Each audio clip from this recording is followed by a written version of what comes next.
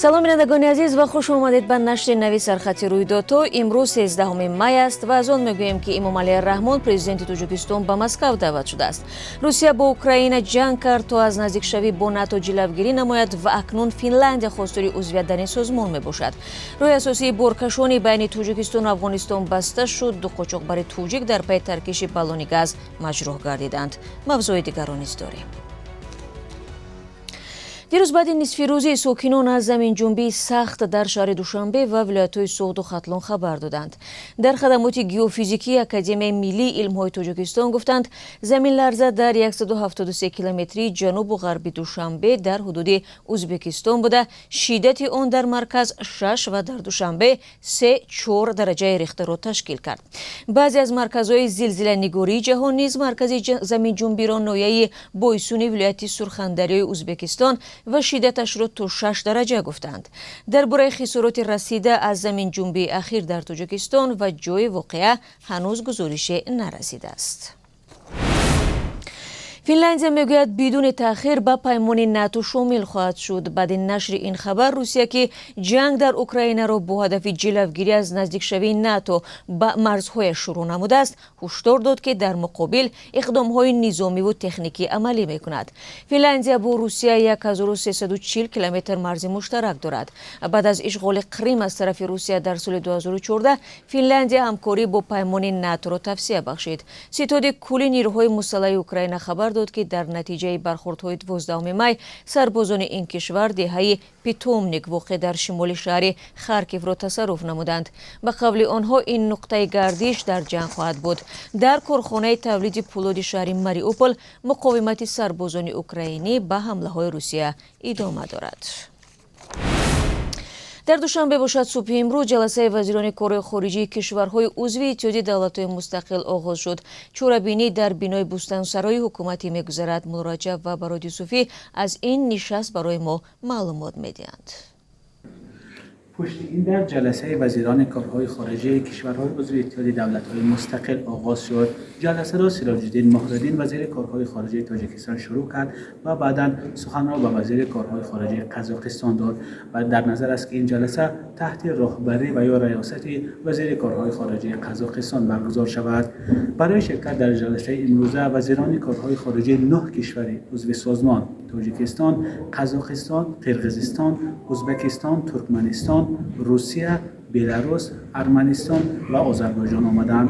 پرچم اوکراین نیز در اینجا دیده میشد، اما نمایندگان این کشور در جلسه حضور ندارند و در تالار یک کرسی خالی هم گذاشته شده بود و در نظر است که این جلسه تا نیمه روز 13 مای ادامه کند و در پایان آن برای روزنامه‌نگاران نتیجه های جلسه را اعلان خواهند کرد. مولارجب یوسفی، برات یوسفی، آزادی، کاخ سامان، دوشنبه.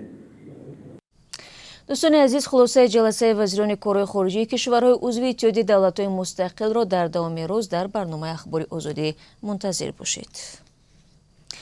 дар ҳамин ҳол Эмомалӣ Раҳмон президенти Тоҷикистон барои ширкат дар нишасти бахшида ба 30-умин солгарди таъсиси созмони паймони амнияти дастаҷамъӣ ва ё СПАД ба Москав даъват гардидааст.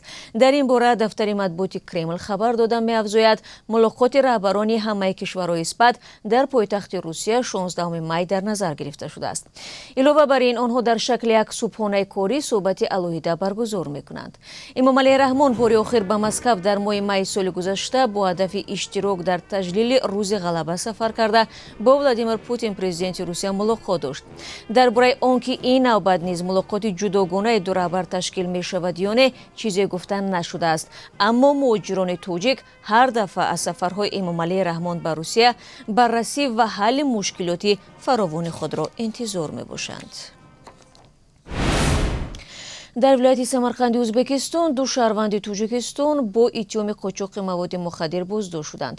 Хабаргузориҳои ӯзбекӣ бо такя ба маълумоти шӯъбаи корҳои дохилии Самарқанд хабар медиҳанд, баллони газе ки дар он афюн пинҳон карда шуда буд, ҳангоми берун кардани маводи мухаддир таркид. дар натиҷа ҳар ду гумонбар ҷароҳати сахт бардошта дар беморхона бистарӣ шуданд.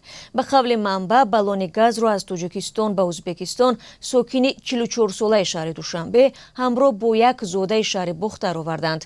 آنها در خانه شناسشان در نویه اورگوت کوشش کردند از داخل آن مواد مخدر قاچاقی را بیرون بیارند. کارمندان مقامات حفظی حقوق در رفت تفتیشات بیش از 244 گرم مواد مخدر را دریافت نمودند. بعد از گزارش‌ها درباره سر دادن چند موشک از خاک افغانستان به تاجیکستان که مقامات آن را رسیدن تیرهای تصادفی نامیدند، گذرگاه 5 پایان روی اساسی بارکشانی بین دو کشور موقتا بسته شد. رانندگان تاجیک میگویند 3 روز باز نه به آن طرف گذشته میتوانند و نه ماشین‌های بارکش خود را از افغانستان آورده. مقامات تاجیکستان تا حال در این باره شرحی ندادند. ذبیح الله مجاهد سخنگوی حکومت طالبان روز 12 می گفت مسئله قطعی روا توسط گذرگاه شیرخان بندر را تحقیق میکنند. رانندگان تاجیک میگویند مشکل در عبور مرز از روز 9 می سر شده. حال حاضر در هر دو طرف سرحد ماشین های زیادی بارکش در ماندند. توسط گذرگاه 5 پایان شیرخان بندر از تاجیکستان به افغانستان سمنت و انگشت برده میشد و از آن طرف محصولات کشاورزی می آوردند. این گذرگاه همچنین یکی از راههای اساسی ترانزیتی برای ماشین هایی است که به ایران محصولات میبرند یا بار میآورند. دادگاه عالی اقتصادی تاجیکستان قرار قنواتچو لایق‌زاده رئیس پیشین نویه رشت را درباره به شخصان نزدیکش دادن بیش از 1000 گکتار چراگاه بکار کرده است. لایق‌زاده 2 سال پیش از منصبش برکنار گردید. حقوق‌شناسی حکومت رشت از قضیه آگاه است ولی پاسخ نداد که 4 سال پیش قنواتچو لایق‌زاده چگونه برای نزدیکانش زمین‌های چراگاه را جدا کرد و آن تا کجا قانونی بود. مسئولان خواجگی دهقانی عبدالخالق متعلق به پیوندان قنواتچو لایق‌زاده شکایت ساکنان و قرار دادگاه را بی‌اساس می‌دانند. رشت یک نویه کوهستانی است و ساکنانش بیشتر به کشاورزی و چروه‌داری مشغول می‌باشند. مشکل دسترسی به چراگاه‌ها تنها خاصی این نویه نبوده. صاحبان چروا در منطقه‌های دیگر نیز شکایت می‌کنند که برای چرانیدن گاو و گوسفندشان جای ندارند. بینندگان گرامی، حالا برای شما ایده قرب اسعار خارجی در تاجیکستان اطلاع می‌دهم. امروز 13 می قرب روبل روسی بالا رفته است. بانک ملی 1000 روبل را رسای 166 سومانی عوض می‌کند. نرخ $1 12 سومانی و 49 درهم بوده. نرخ یورو پستر شده است. 1 یورو 13 سومانی ارزش دارد. دوستان مهربان، من نشر نوبتی سرخط رویداد را در هفته جاری به پایان میبرم. 3 ساعت بعد برنامه اخبار آزادی نشر می‌شود. من شما را در این برنامه همراه خواهم بود. تا دیدار نوبتی خود را احتیاط کنید.